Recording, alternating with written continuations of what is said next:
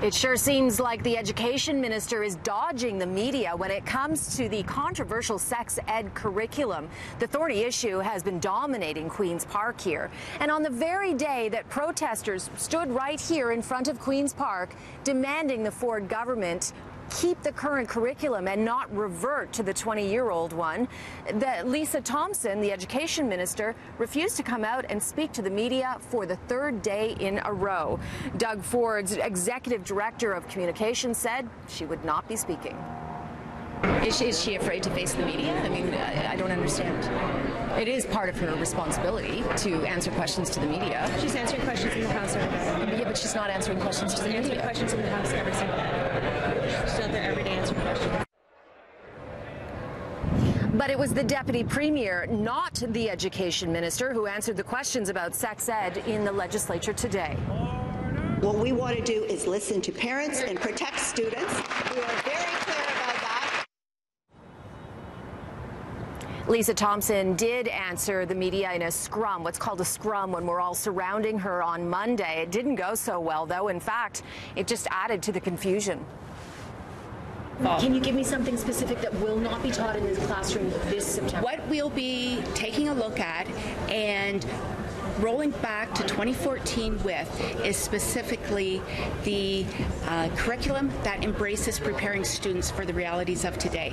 And we will be rolling back our sex ed focus. So the physical, the body parts, the actual sex act? It's preparing young, what we'll be looking at is the developing sexual relations. That's the part in the curriculum that we'll be taking a look at. So we're playing a little bit of cat and mouse with the education minister. She does not seem to want to be found.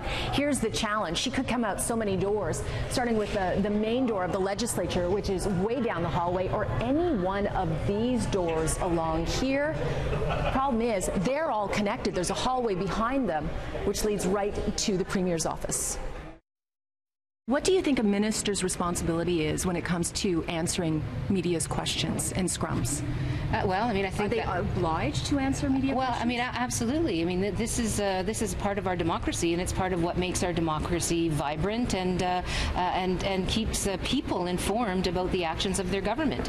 To go into hiding as a minister is completely inappropriate. I never was able to track down the education minister, but I did receive a statement from her office which reads in part, during the recent election campaign, we made a clear promise to replace the entirety of the curriculum. And as I told you just a couple minutes ago, there was a protest right here in front of Queen's Park from people demanding that the Ford government keep the current curriculum.